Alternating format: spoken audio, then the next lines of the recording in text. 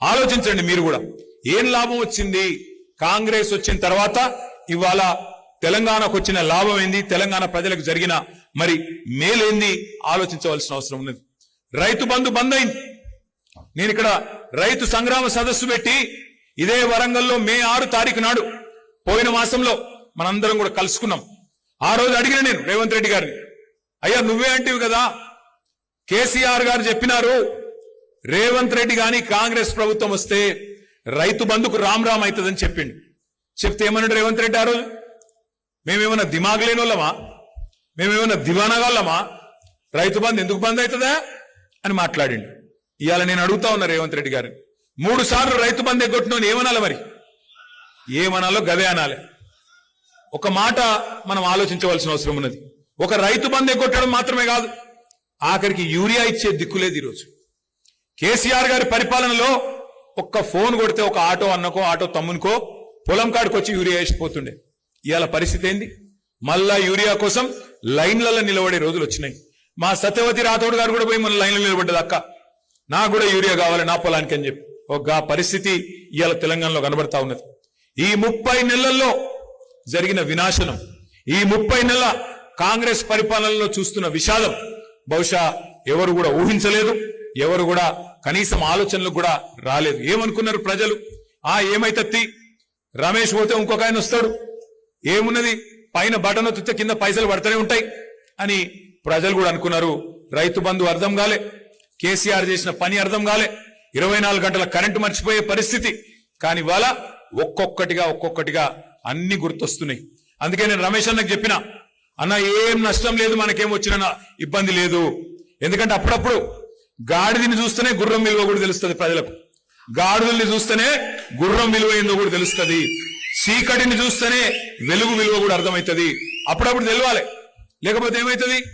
అన్ని ఉత్తగానే వస్తున్నాయి. కేసీఆర్ ఇంట్లోకెళ్ళి ఇస్తుండా, ఇంకొక ఆయన ఇంట్లోకెళ్ళి ఇస్తుండా, ఎవరు ఇంట్లోకెళ్ళి ఇయ్యరు.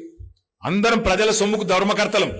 ఎవరైనా ఆ ఉన్న 10 పైసలు ఎట్లా వంచాలి, దేనికి పెట్టాలి, పేదవాన్ని ఎట్లా చూసుకోవాలనే చూసుకుంటాం.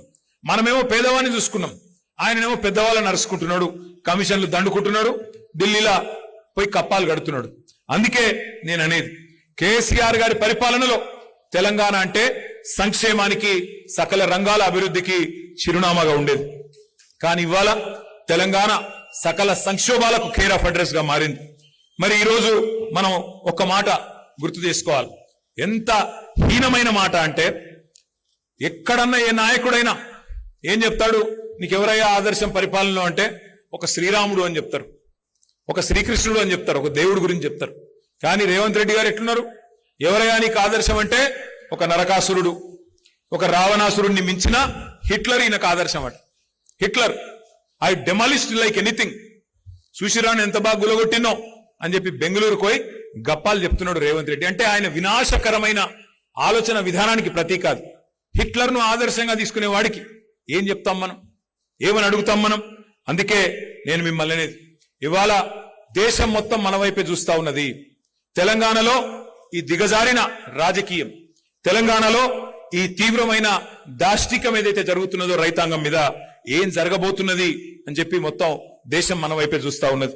అబద్ధాలను నమ్మి ప్రజలు ఇచ్చిన తీర్పు, దానికి ఫలితం ఈ మార్పు. అందుకే ఇవాళ దేశం మొత్తం చూస్తున్నది. ఇందిరమ్మ రాజ్యం అంటే ఇంటింటా సంక్షోభం అని అందరికీ అర్థమైంది. మరి మనందరి మనసులో నిండా ఉంది, మళ్ళా కేసీఆర్ సార్ రావాలి, మళ్ళా వర్ధనపేటలో గులాబీ జెండా ఎగరాలి, మళ్ళా ఆరూరు రమేష్ గారు మళ్ళా మీ నాయకత్వంలో మీ అందరి అభిమానంతో తప్పకుండా తిరిగి ఎమ్మెల్యే కావాలి అనే కోరిక మీ అందరికి ఉన్నది. కానీ కోరిక కేవలం మనసులో ఉంటే సరిపోదు. గట్టిగా మనం పనిచేస్తేనే, గట్టిగా మనం ముందుకు వస్తేనే రేపటి రోజున ఫలితం కూడా వచ్చే అవకాశం ఉంది. వాళ్ళ రైతులు తీవ్ర సంక్షోభంలో ఉన్నారు. రైతు బంధుకు రామ్ రామ్, రైతు బీమా కూడా కనీసం కడతలేడు.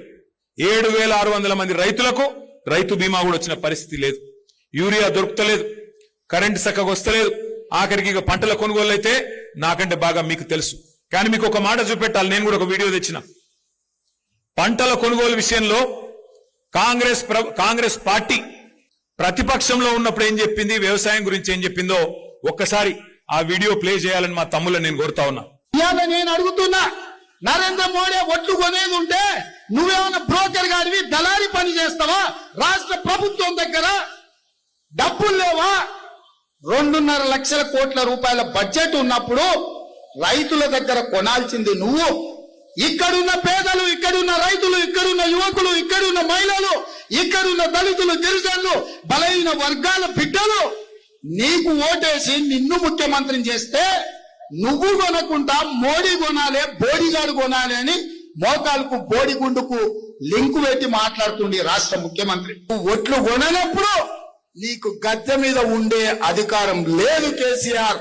నేను ఈ వేదిక మీద నుంచి మా పెద్దల అనుమతితో చెప్తున్నా, 10,000 కోట్ల రూపాయలు మాకి, మా కాంగ్రెస్ పార్టీ చివరి గింజ వరకు వరి ధాన్యం కొంటుంది, విదేశాలకు ఎగుమతి చేసి రైతులకు గిట్టుబాటు ధర, మంచి ధర 1960 రూపాయలే కాదు 500 రూపాయల అదనపు బోనస్. ఛత్తీస్గఢ్ లో ఎట్లయితే మా భూపేష్ బఘేల్ ముఖ్యమంత్రి ఇస్తుండో 500 రూపాయల అదనంగా బోనస్ ఇస్తాం.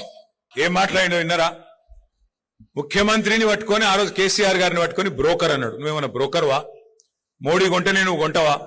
2.5 లక్షల కోట్ల బడ్జెట్ ఉంది, ఎందుకు కొనో వడ్లు అన్నాడు. కొన్నాడా మరి మొన్న వడ్లు? కొన్నాడా? కొనలేదా? మక్కలు కొన్నాడా? ఎన్ని రోజులు ఎదురు చూపులు? 60 రోజులు. నిన్నగాక మొన్న కేబినెట్ లో నిర్ణయం తీసుకున్నాడు. ఏం నిర్ణయం తీసుకున్నాడు? మోడీ ఎంత కొనమంటే గంతే కొంటా, మోడీ నాకు ఎంత కోటా ఇస్తే గంతే కోటా. ఇప్పుడే తెలియదు మీకు, వచ్చే సీజన్ లో తెలుస్తుంది. ఇప్పుడు తెలియదు మనకు, వచ్చే సీజన్ లో రైతులకు అర్థమవుతుంది రేవంత్ రెడ్డి గారు తీసుకున్న నిర్ణయం. ఇవాళ ఆయన మాట్లాడిన మాటలు మీరు విన్నారు. 10,000 కోట్ల రూపాయలు ఇస్తే చివరి గింజ దాకా మేమే కొంటాం. ప్రతి పంటకు బోనస్ ఇస్తాం.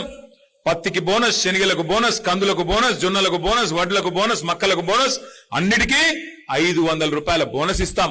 అట్లాగే వడ్లల్లో కూడా ఆ రోజు చెప్పలే, దొడ్డు వడ్లకి ఇస్తా అన్నాడు, సన్న వడ్లకి ఇస్తా అన్నాడు. కానీ ఇవాళ పరిస్థితి ఏంది? దేనికన్నా బోనస్ వస్తుందా? బోనస్ బోగస్ అయిపోయింది. వడ్లు కొనుడు లేదు, మక్కలు కొనుడు లేదు, పంటలు లేదు.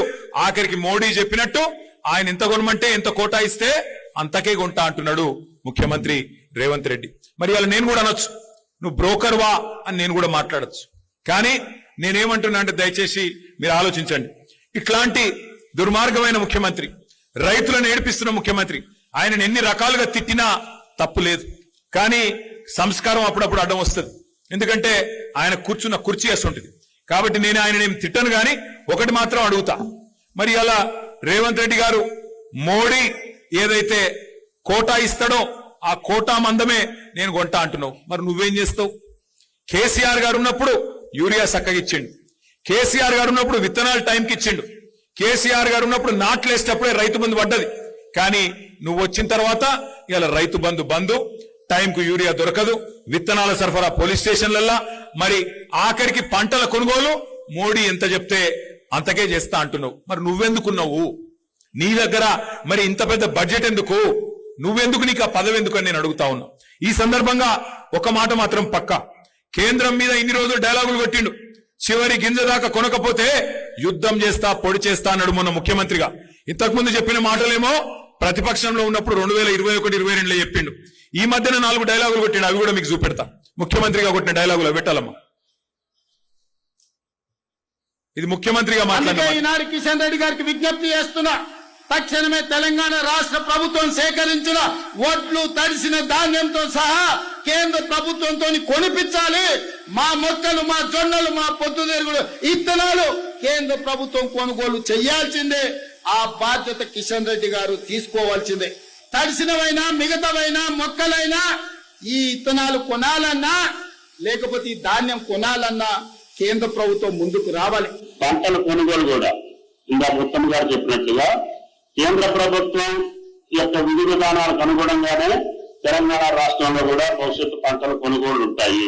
కేంద్ర ప్రభుత్వం యొక్క విధి విధానాలకు అనుగుణంగానే తెలంగాణ రాష్ట్రంలో కూడా భవిష్యత్తు పంటల కొనుగోళ్లు ఉంటాయి. అందుకే ఈనాడు కిషన్ రెడ్డి ఏమన్నాడు మొన్న? చివరి గింజ దాకా కొనాలి, కొనకపోతే కిషన్ రెడ్డి సంగతి చూస్తా, కేంద్ర ప్రభుత్వ సంగతి చూస్తా, ఇది చేస్తా అది చేస్తా అని చెప్పి తీస్మార్ ఖాన్ డైలాగులు కొట్టిండు మొన్నటిదాకా. ఇప్పుడు ఏమంటున్నాడు? లేదు కేంద్రం మీద యుద్ధం చేస్తా, పొడి చేస్తా, నరికేస్తా అన్నాడు. ఇలా అదేం లేదు, ఆఖరికి నువ్వు ఎంత అంటే అంతనే బాంచనని చెప్పి ఇలా బుడ్డర్ ఖాన్ మాటలు మాట్లాడుతున్నాడు రేవంత్ రెడ్డి.